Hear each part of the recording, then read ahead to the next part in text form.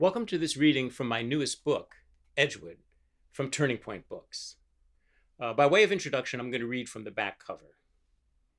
Edgewood, a sequel to Stonehaven, the author's previous book, finds that story's young, small town, 1950s family in the booming suburbs at the onset of a new era, the late 1960s. An era troubled over civil rights and the Vietnam War, whose underlying social conflicts remain troublingly current. Subtitled, like Stonehaven, a fictional memoir in prose couplets, Edgewood uses the same formal strategies as Stonehaven to create a work of fiction with the intimacy and detail of a memoir set in language looser than poetry, tauter than prose. The narrative again borrows from music the three-movement form of the sonata: exposition of themes, development, recapitulation. While the text, as in film, once more renders the behavior of the characters without authorial comment, leaving all interpretation to the reader. The story in each book is self-contained, but the ready resonances between the books reward a combined reading. A reading experience that immerses one in the grinding process of grounding, as we all must, in every era and identity. So I'm going to read three short excerpts. And the first one is the book's very opening, and it introduces us to Thomas, who's age 14, and he's the main character. The music you're going to hear is composed and performed by Trace Johnson. The videographer is Dan Cahill. Staying in. I imagine I remember drumming with my dented sticks in the air above my head, while on my back, humming John Coltrane's A Love Supreme. I reached the end of acknowledgement, scat the bass solo into the next movement, then sing the exalted, soul-lifting melody of resolution when my clock radio alarm buzzes. I tap it off with a stick. Next to the clock radio sit my record player, padded headphones, and a stack of jazz albums: Miles Davis, Sonny Rollins, Bill Evans. On a wall across my bedroom hang framed photographs of jazz drummers. Tony Williams, cool and intelligent, his drumsticks blurred. Art Blakey, sitting straight up, sweat-beaded and grinning. Max Roach, brushes, whispering across his snare drum, his head turned thoughtfully to the side. And surrounded by bright cymbals and dark tom-toms, his brow knitted, Coltrane's drummer, Elvin Jones. I look from one drummer to the next, each caught in a style-defining moment of musical glory. Then I look back to my clock radio, 5:45, and with a sigh, park my sticks. I imagine I remember stepping from the side door of my Cape Cod-style house and shrugging into a jacket, crossing the breezeway in pale light. I enter the side door of the dark garage, trundle the big door open, then roll my bike down a short, declining driveway. At the foot of the driveway, a newspaper bundle stands on end, a nest of autumn leaves blown against it. I tumble the bundle flat, snip the wires with clippers, and lift off the top ink-redolent copy of the Albany Dispatch. President visits boys in Vietnam, the banner headline declares. Beneath it, Lyndon Johnson, wiping his neck with a handkerchief, laughs it up with a group of young, crew-cut Marines. Another photograph shows a group of young black men in dark glasses standing defiantly before a row of policemen in riot gear. Civil rights marchers face bayonets in Alabama, the article headline reads. In a small bottom photo stands Dr. Timothy Leary in handcuffs, grinning goofily at the camera as if caught tripping on LSD. Hi, Doc, jokes the caption. I load the newspapers into wire baskets that straddle my bike's rear fender, then hop on the bike and, humming Coltrane, pedal down a street of modest Cape Cod-style suburban houses, just like my own. The rest of the opening section introduces us to Thomas's parents and older sister, Celia, to his public high school where he has a crush on a classmate, to the upper-class prep school rock band he practices with, to Celia's crush on Wes, an older brother of a band member, and to the fact that every moment of Thomas's day revolves around music and drumming. Meanwhile, through all this are indications that the social upheavals of the late 1960s are about to enter into this conventional, unsuspecting family's lives. This next scene introduces us to the adolescently hopeful rock band through an afternoon basement practice session. I spin a wing nut onto a cymbal stand. Keith, at the basement pool table, takes careful aim, cocks his cue stick again and again, then finally, delicately, commits. The cue ball rolls over the green felt and kisses the 3-ball, which shudders across a side pocket without dropping in. Keith sags and moans. Gordon taps his cue stick by a corner pocket, takes quick aim, then smacks the cue ball into the black 8, viciously sinking it. Next, he brags. I squat to tune my bass drum head. The Worms, in wormy lettering, squirms down it.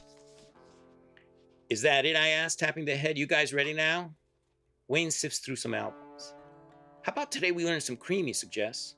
How about some Hendrix, he says, drifting over to Wayne. We should learn this, Gordon cries as the Byrds on the stereo twang out So You Wanna Be a Rock and Roll Star. My 3 bandmates strike exaggerated rock star poses and strumming air guitars lean into invisible mics to sing along. So you wanna be a rock and roll star, then listen now to what I say. Just get an electric guitar, take some time and learn how to play. And with your hair so right and your pants so tight, you're gonna be all right. They fall out and crack up laughing. Then Keith forms a troubled look. Anybody hungry, he asks. We sit around a wobbly card table, melted ice cream trailing from an open carton we jab into with spoons. I think we should change our costume when we play out, Gordon slurs. These turtlenecks are too hot. Since when do we play out, Keith asks. How about all black, I say. I don't think we should dress the same, Wayne says. Yeah, Gordon says, that went out with the Letterman. We should have a band car, Keith suggests. A hearse, I say. Gordon, stilling his spoon, looks at me. Jesus, Thomas, all black costumes? A hearse? What we really need is a manager, Wayne says, to get us some gigs. Then everyone joins in. And take care of things like the money, the equipment, the hotel rooms, the chartered planes, the security, the groupies. We can't do all that shit, no. We're the artists. All 4 of us spike into the carton for punctuation, then, looking up to each other, laugh. What a band, Keith cries. A car engine up in a distant garage revs to husky life. It's your brother, Gordon whispers to Wayne. He's going out cruising, Keith cries. Shh, Wayne hushes. If we can go, he'll signal. Spoons knuckle high in ice cream. We await a sign from above. A car horn blares. I watch Wayne and the twins claw into the sleek yellow Mustang panting on the driveway. At the wheel, wearing wraparound sunglasses, Wes tugs on tight leather driving gloves. Come on, Thomas, Wayne calls out the front passenger window. I can't, I say. Why not? It's my paper route, I mutter, kicking nothing. It's collecting day. So make tomorrow collecting day, Gordon cries. Yeah, Keith shouts, today's Mustang Day. The guys hoot and punch each other. Wes pops the Mustang into reverse and it lurches backward. I can't, I say. It's Wednesday. I have to collect. The boys stare at me. Well, okay, Wayne says with a shrug. He nods to Wes. The Mustang creeps back to the road, then radio blasting on, peels out, tires screeching. Whip back, the twins yelp with joy. The smell of burnt rubber reaches me as the grill of our Plymouth, struggling up the hill, rises into view. The Mustang, sinking past it, blasts its horn, while the boys hang out the window, shouting and waving to my mother. She responds with 2 toots. Thomas's great musical love is jazz. And he has a surprise visit one day from Walter Hines, a black jazz saxophonist who has heard of him through a music store owner, and who would like to see if Thomas can play jazz so he can use him in school clinics as a way to interest other teenagers in jazz. This scene starts after his basement audition.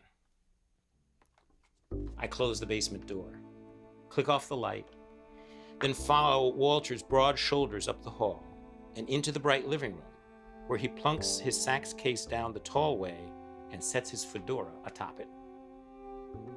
Silhouetted by the picture window My mother, father, and sister stand waiting. Well, my mother asks. Walter looks to my mother, then to my father. The boy can play, he says. Oh, my mother lets loose. Really, my sister asks, squinting at me. Now, what I want to do, Walter says, is take Thomas to a jam session I'm hosting tomorrow afternoon at a club on Spring Street in Albany. I want him to listen to my regular drummer, then sit in for a couple tunes, get used to playing with a real band, listening to the bass player, supporting the soloist, get some pointers from my regular drummer. On Monday, I start a road trip with the band, but when I come back in the fall for the school clinics, I want Thomas to be my drummer. Oh, my mother, blushing, says, what time tomorrow? I'll pick him up at noon. But Mr. Hines, my father begins. Noon it is, my mother cries. The problem, my father says, watching out the picture window as Walter's Oldsmobile pulls away from the house, is Spring Street. What's wrong with Spring Street, I ask. My father goes to the bin of newspapers by the couch. Spring Street is in the Arbor Hill district, he says, sifting papers. Sounds pretty, my mother says. Honey, my father says, that's the Negro district. Well, my mother says, so? My father tugs out a buried paper, scans the front page, then sadly taps it. Just as I thought, he said. Last Tuesday, 5 teenagers were injured in a riot in Arbor Hill. A riot, my mother says weakly. It started, my father goes on, and I quote, when a gang of black youths threw a Molotov cocktail under a station wagon traveling down Spring Street. The driver of the car, a white teenager, later said he was lost. My father folds the paper to highlight the article and holds it out to me. A late model station wagon sits aflame on a bleak inner city street. But I'll be with Walter, I say, stepping back from the paper.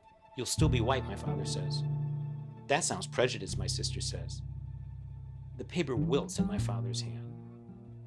It's not prejudice to know when you're not wanted, my father says, his voice thick with hurt.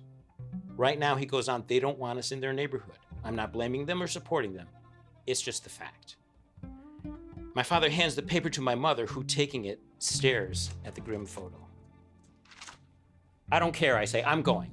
One white boy with a black man is not going to cause a riot, and it'll be a Sunday afternoon. Thomas, my sister says, placing her hand on my shoulder. These are troubled times.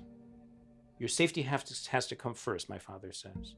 Maybe after all this blows over, my sister says. There'll be other opportunities, my father says. I think you should go, my mother says. I turn and stare at her. So do my father and sister. She looks up from the photograph, tears welling, then shrugs as if in helpless surrender. It's his dream, she says. These 3 scenes, introduce us to the characters and events that will lead this family into the heart of the disruptions of their era. Disruptions the rest of the story revolves around. Disruptions that change everything and everyone. Thank you.